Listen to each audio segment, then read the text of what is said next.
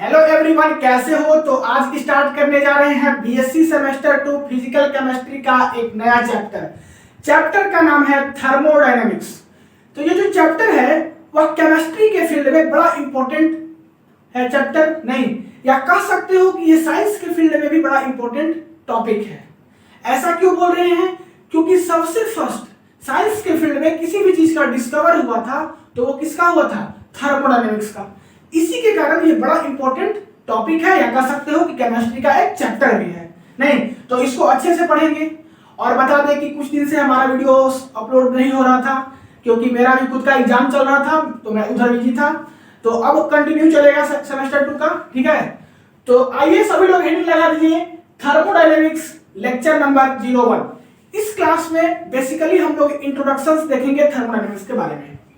तो ये बात करें हम थर्मोडायनेमिक्स वर्ड का, तो इसको जब हम स्प्लिट करेंगे तो ये दो वर्ड में टूटेगा, 2 वर्ड में ब्रेक होगा, एक थर्म और एक डायनेमिक्स। ये जो वर्ड थर्म है इसका मतलब होता है हीट। थर्म का मतलब क्या होता है? हीट। और ये जो डायनेमिक्स वर्ड है इसका मतलब होता है मोशन, या तो फिर मूविंग कह सकते हो। तो यहां से सिंपली आप समझ सकते हो कि हीट का जहां पे मोशन के बारे में पढ़ना हो उसको बोलेंगे थर्मोडायनेमिक्स, ठीक है। या हीट अगर मूव कर रहा हो उस स्टडी को पढ़ेंगे तो उस स्टडी को क्या बोलेंगे? थर्मोडायनेमिक्स। और हम ये बात जानते हैं कि हीट जो है वह एक एनर्जी का फॉर्म होता है, तो इस हीट को हम एनर्जी भी कह सकते हैं। मींस एनर्जी अगर मूव कर रहा हो एक बॉडी से दूसरे बॉडी में तो उस पूरे प्रोसेस को क्या बोलेंगे? उसके स्टडी को क्या बोलेंगे? थर्मोडायनेमिक्स। क्लियर? इसको आप अच्छे से ये दो बॉडी से समझिए। मान लीजिए कि ये एक बॉडी है और ये भी एक बॉडी है, तो बॉडी से बॉडी में एनर्जी का ट्रांसफर हो रहा है, या कह सकते हो कि ये एक प्लैनेट है, ये भी एक प्लैनेट है, तो प्लैनेट से प्लैनेट में एनर्जी का क्या हो रहा है? ट्रांसफर हो रहा है। या सिस्टम से सिस्टम में एनर्जी का ट्रांसफर हो रहा है, नहीं। और ये जो एनर्जी है वो क्या कर रहा है? किसमें है? मूव कर रहा है। एनर्जी कैसा? शांत तो स्टेशनरी तो नहीं है, एनर्जी क्या कर रहा है? मूव कर रहा है। और एनर्जी जब एक बॉडी से दूसरे बॉडी में ट्रांसफर हो और मूव कर रहा होगा, मोशन में होगा, तो ये पूरे होल प्रोसेस को, इसके स्टडी को बोलते हैं थर्मोडायनेमिक्स। क्लियर है? तो थर्मोडायनेमिक्स का डेफिनेशन आप लोग को समझ में आ गया होगा। अब बात करते हैं कि ये जो वर्ड डायनेमिक्स है ये बड़ा इंपॉर्टेंट वर्ड है, नहीं तो आपको कंफ्यूजन ना हो इसके चलते इससे डायनेमिक्स से रिलेटेड कुछ टर्म समझ लीजिए। फिजिक्स में बात करें, फिजिक्स में हम लोग बात करें तो 11th-12th में क्या पढ़े थे फिजिक्स में? कि अगर कोई भी चार्ज में आप इलेक्ट्रॉन ले लो, तो कोई भी चार्ज इलेक्ट्रॉन मान के चलो आप ले लिए, तो इलेक्ट्रॉन जो है अगर मोशन में होता है तो उसके स्टडी को क्या बोलते हैं? इलेक्ट्रोडायनेमिक्स। क्या बोलते हैं? इलेक्ट्रोडायनेमिक्स। वही अगर इलेक्ट्रॉन किसमें हो? स्टेशनरी हो, रेस्ट में हो, तो इसके स्टडी को क्या बोलते हैं? इलेक्ट्रोस्टैटिक। ये हम लोग 11th-12th में फिजिक्स में अच्छे से पढ़े हैं। सेम केस अप्लाई होता है थर्मोडायनेमिक्स के लिए। कैसे? वो चीज समझिए। अब बात करते हैं, यहाँ पे फिजिक्स में समझ लिए, अब केमिस्ट्री में समझिए। अगर कोई भी हीट या थर्म या एनर्जी मोशन में हो तो उसको बोलेंगे थर्मोडायनेमिक्स। वही बात लिखा हुआ है कि हीट या थर्म या एनर्जी तीनों वर्ड क्या है? सेम है, इसे कंफ्यूजन नहीं होना। तो अगर ये जो है मोशन में हो तो इसके स्टडी को बोलते हैं थर्मोडायनेमिक्स। वही बात करें कि हीट, थर्म और एनर्जी जो है अगर क्या हो? स्टेशनरी हो, रेस्ट में हो, तो इस समय जो इसका स्टडी होगा इसको बोलते हैं थर्मोस्टैटिक। नहीं तो आपको कंफ्यूज नहीं होना है, चारों टर्म कैसे कैसे हुआ उसको आपको समझ जाना है। अब बात करते हैं थर्मोडायनेमिक्स का ओरिजिन का, कि इसका ओरिजिन्स कैसे हुआ, इसका स्टार्टिंग कैसे हुआ, ठीक है। तो हम आपको बता दें कि थर्मोडायनेमिक्स का कोई फादर नहीं होता। जैसे होता है ना कि चार्ज का, इलेक्ट्रोस्टैटिक का कोई फादर नहीं, या हर एक फील्ड जितना भी फिनोमेना डिस्कवर हुआ है उसका हर एक फील्ड का कोई ना कोई फादर होता है। बट ये जो थर्मोडायनेमिक्स वर्ड है इसका कोई फादर नहीं होता। मींस इसको कोई इन्वेंट नहीं किया, ये खुद में खुद आपका ये नॉर्मल प्रोसेस है।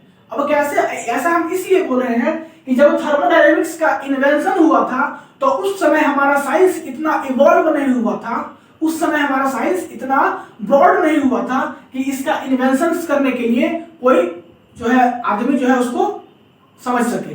नहीं, ये इसी के चलते इसका कोई फादर वादर नहीं होता है। उस समय साइंस इवॉल्व नहीं किया था जब थर्मोडायनेमिक्स के बारे में कुछ कुछ हमें पता चला था। ठीक, तो इसी के चलते लिखा हुआ है कि इनका कोई फादर नहीं होता है। अब बात करते हैं ओरिजिन का कि ओरिजिन कहां से हुआ। तो हम आपको बता दें कि आप दो रॉक लीजिए, क्या लीजिए, दो रॉक लीजिए, दो पत्थर लीजिए और दोनों टकराइए। तो दोनों टकराइएगा तो देखिएगा कि क्या होता है, वहां से आग निकलता है। नहीं, मींस हीट जो है वह मोशन में होता है वहां पे, और हीट मोशन में होता है तो इसी के चलते तो इसको बोलते हैं फर्स्ट एक्सपेरिमेंट थर्मोडायनेमिक्स का। और जब दो पत्थर आपस में टकराया था तो उस समय क्या किसी को मालूम था क्या कि क्या हो रहा है यहाँ पे? तो उस समय उतना साइंस इवॉल्व नहीं किया था, इसी के चलते इसका कोई फादर नहीं है। ये फिनोमिना तो बहुत पहले हुआ था ना जी, कि दो पत्थर जो है आपस में टकराता है और वहां से हीट निकलता है। हीट किस में होता है, मोशन में होता है, और इसी को हम थर्मोडायनेमिक्स से समझ रहे हैं। लेकिन जब ये चीज हुआ था स्टार्टिंग में, उस समय कोई इसको समझ नहीं पाया था, इसी के चलते बोले कि इसका कोई फादर नहीं होता।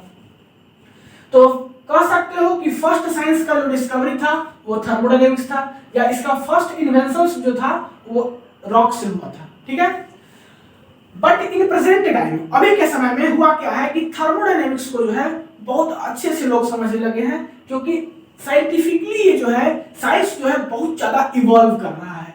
तो अभी हम बहुत अच्छे से थर्मोडायनेमिक्स को क्या कर सकते हैं, समझ सकते हैं। बहुत सारा आपका क्या आ गया, इवोल्यूशन आ गया साइंस में, तो इसके कारण आसानी से बहुत फिनोमिना से हम थर्मोडायनेमिक्स को समझ सकते हैं। अब बात करते हैं कि यहाँ पे जितना हम थर्मोडायनेमिक्स को पढ़े, यहाँ पे क्या चीज हमको मिला, हीट के बारे में, एनर्जी के बारे में।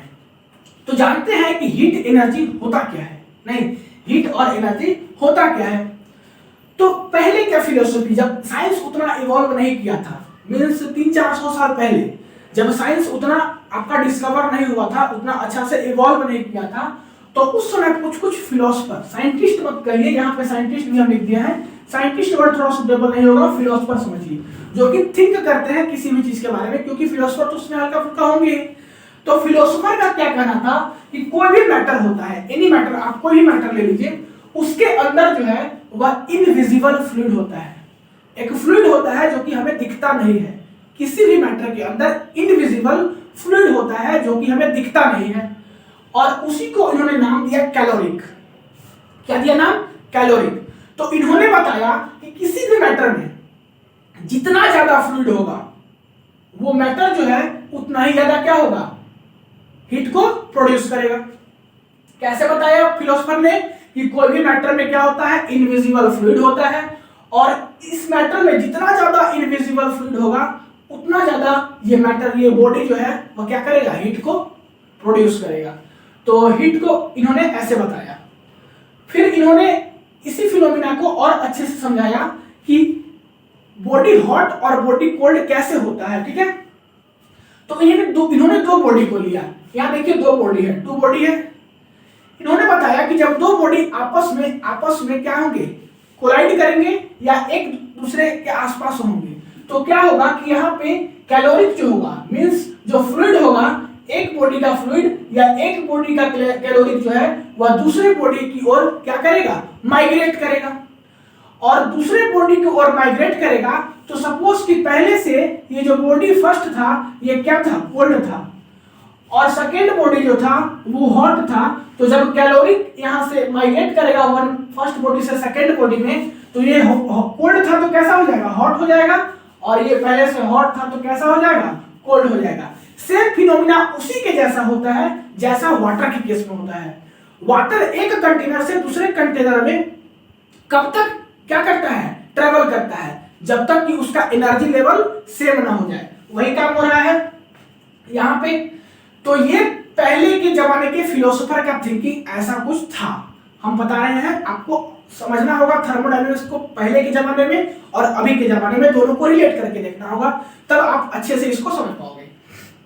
वही बात लिखा हुआ है कि सेम एज वाटर के केस में जैसा होता है वही यहाँ पे बताया गया पहले के जमाने में। बट हुआ क्या कि ये एक ऑब्जर्वेशन ही केवल रह गया। जब हम लोग क्या किए कि एटम का डिस्कवरी कर लिए, नहीं, या इलेक्ट्रॉन का डिस्कवरी कर लिया, मैटर का डिस्कवरी कर लिए, तो ये सब डिस्कवरी होने के बाद ये सब थ्योरी फेल हो गया।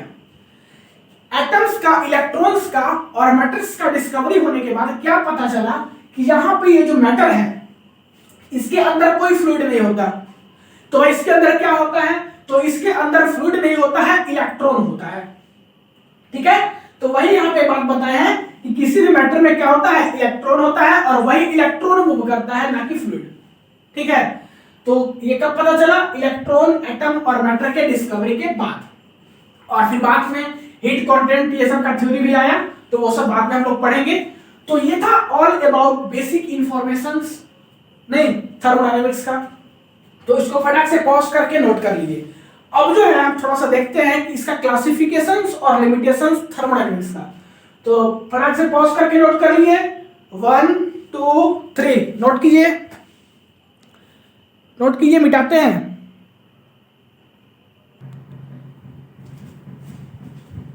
तो अब हम लोग क्या करते हैं कि साइंस को जो है एनर्जी के टर्म में क्लासिफाई करते हैं, क्योंकि हर एक साइंस के टर्म को हम लोग एनर्जी के टर्म में ही अच्छे से समझ पाते हैं। एनर्जी के टर्म में ही हम लोग क्या करते हैं? पढ़ते हैं। तो साइंस को एनर्जी के टर्म में क्या करते हैं? क्लासिफाई करते हैं। साइंस को एनर्जी के टर्म में क्लासिफाई करें तो इसको 2 पार्ट में क्लासिफाई करते हैं, एक माइक्रोस्कोपिक और एक मैक्रोस्कोपिक। मींस माइक्रोस्कोपिक साइंस और एक मैक्रोस्कोपिक साइंस। माइक्रो का मतलब कि स्मॉल होता है, छोटा होता है। वही मैक्रो की बात करें तो इसका मतलब क्या होता है? हेवनली बॉडी या बिग बॉडी, इसके बारे में। तो आपको इसके मतलब से ही समझ में आ गया होगा।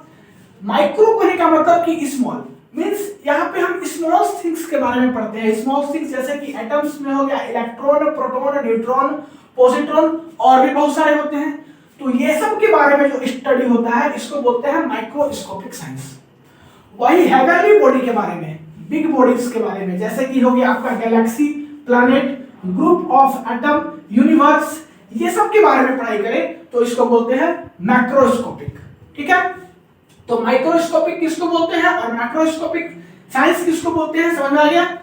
अब इस माइक्रोस्कोपिक मींस एटम्स या सब एटम्स के एनर्जी लेवल्स को जो बताता है उस टर्म को बोलते हैं क्वांटम। इस माइक्रोस्कोपिक या सब एटॉमिक पार्टिकल्स के एनर्जी लेवल्स को जो डिटरमाइन करता है उसको बोलते हैं क्वांटम। वही बात करें कि इस मैक्रोस्कोपिक या हेवनली बॉडी के एनर्जी लेवल्स को जो बताता है उसको बोलते हैं थर्मोडायनेमिक्स। तो आप क्वांटम को और थर्मोडायनेमिक्स दोनों को समझ में आ गया। अब हमको इसको सिलेबस में नहीं पढ़ना है, हमको थर्मोडायनेमिक्स को पढ़ना है। ठीक है, तो इसके बारे में हम आगे प्रोसीड करेंगे। तो थर्मोडायनेमिक्स का बेसिक नॉलेज इस क्लास में इतना ही था। अब हम बात करते हैं थर्मोडायनेमिक्स का लिमिटेशंस के बारे में कि इसका लिमिटेशंस क्या था। तो लिमिटेशंस इसका यही है कि थर्मोडायनेमिक्स जो है वह इनिशियल स्टेट और फाइनल स्टेट को पता करता है। इसको मतलब नहीं है कि बीच में क्या हो रहा है, इंटरमीडिएट में क्या हो रहा है। इसका मतलब क्या है, इसको एग्जांपल समझिए। थर्मोडायनेमिक्स का कहना है कि एक मान लीजिए क्या है, बम है, ठीक, वो बम जो है वह ब्लास्ट हो गया। तो थर्मोडायनेमिक्स क्या करता है, थर्मोडायनेमिक्स कहता है कि उसका इनिशियल स्टेट कितना था जबकि ब्लास्ट नहीं किया था उससे पहले का, और जब ब्लास्ट कर रहा था तो उस समय उसका फाइनल स्टेट क्या था। थर्मोडायनेमिक्स को उसका इनिशियल स्टेट और उसका फाइनल स्टेट से मतलब है। इसको मतलब नहीं है कि बीच में कैसे ब्लास्ट हुआ, इसका पूरा प्रोसेस से इसको कोई मतलब नहीं है। ठीक है, इसको इनिशियल स्टेट और फाइनल स्टेट, इनिशियल एनर्जी और फाइनल एनर्जी से मतलब है। नहीं, इसको नहीं मतलब है कि बीच में कैसे ब्लास्ट किया या वाटर के साथ डिसॉल्व किया था कि नहीं, या किसी अदर एलिमेंट के साथ रिएक्ट किया था कि नहीं, इसको उससे कोई मतलब नहीं है। तो वही बात लिखा हुआ है कि thermodynamics deals with the initial and final state energy, not depend whatever done in the intermediate.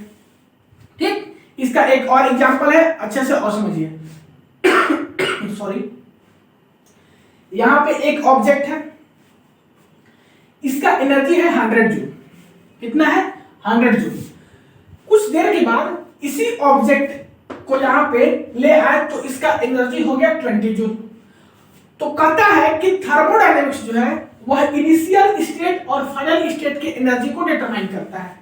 इसको नहीं मतलब है कि यही बॉडी का 100 जूल से एनर्जी 20 जूल कैसे हुआ, इसके बीच में क्या प्रोसेस हुआ, इसको इससे कोई मतलब नहीं है। इसको बस यही मतलब है कि इनिशियल में इसका कितना एनर्जी है और फाइनल में इसका कितना एनर्जी है।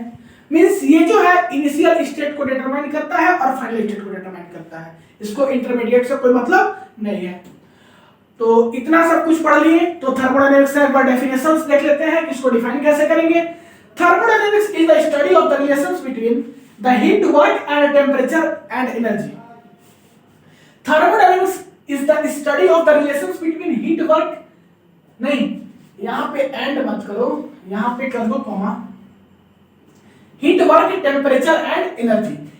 मीन्स हीट के बारे में, वर्क, टेम्परेचर, एनर्जी के रिलेशंस के बारे में जो स्टडी करते हैं उसी को क्या बोलते हैं, थर्मोडायनेमिक्स। तो that's all about basic informations about thermodynamics. तो इस क्लास में हम यहीं पे इस क्लास को एंड करते हैं। मिलते हैं अगले क्लास में थर्मोडायनेमिक्स का नए टॉपिक के साथ, लेक्चर नंबर 02 में। तब तक के लिए पढ़ाई करते रहिए। All the very best. और इसको पॉज करके नोट कर लीजिए, ठीक है।